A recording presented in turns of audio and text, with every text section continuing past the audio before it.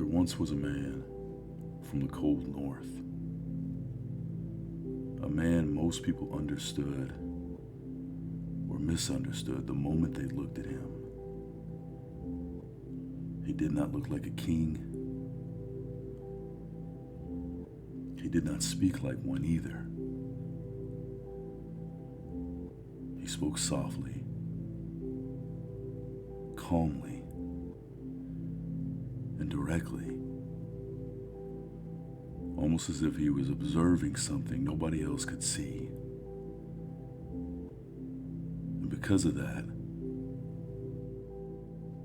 weaker men underestimated him. They mistook his silence for weakness, his simplicity for ignorance, his calmness for softness. But there is something dangerous about a man who does not need the room to acknowledge him,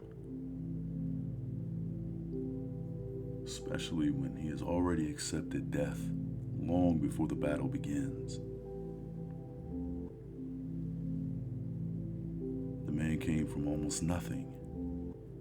No throne, no great army, no wealth, only a vision, an obsession with reaching a world other men were too afraid to pursue. Most men around him were trapped by fear disguised as tradition. They called caution wisdom, but he saw it differently. He believed fear was slowly turning strong men into obedient ones. An obedient man rarely build anything remarkable. So he left, quietly,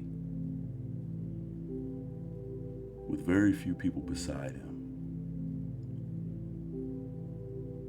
And he sailed toward uncertainty while stronger kingdoms laughed at him from a distance. That is the strange thing about dangerous men. They often begin as jokes,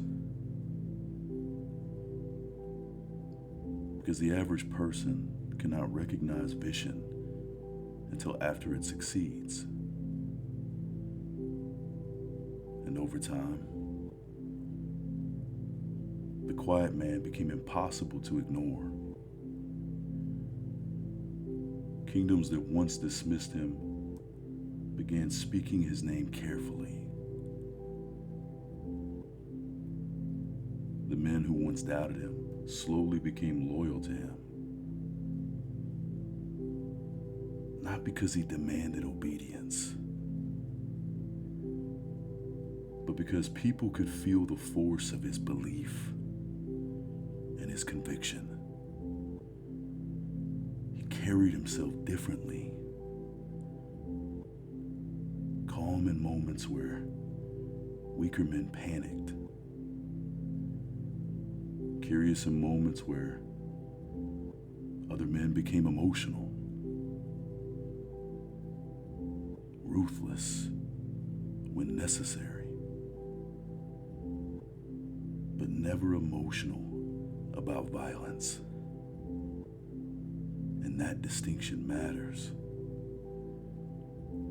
You see, weak men lose control.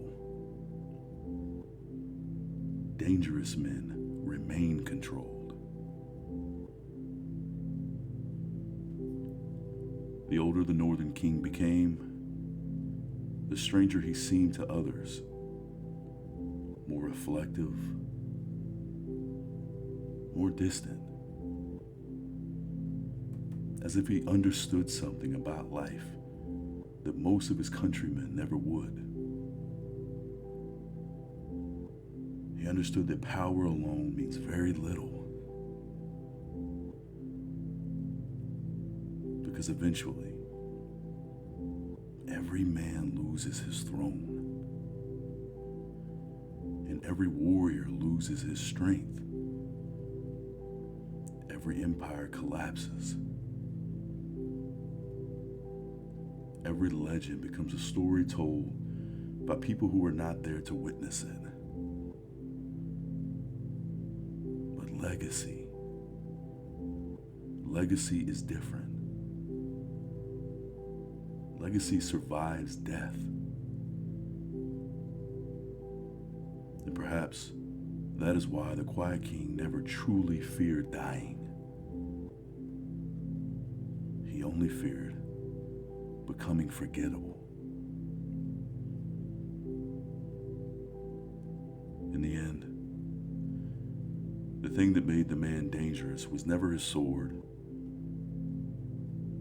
It was his mind, his vision,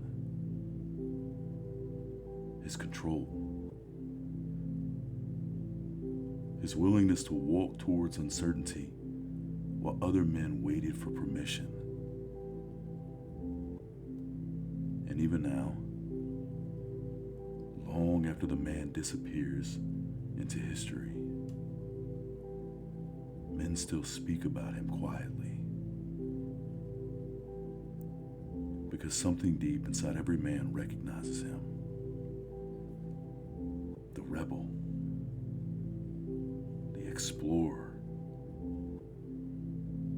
the calm warrior, the man who refused to live small simply because the world demanded it.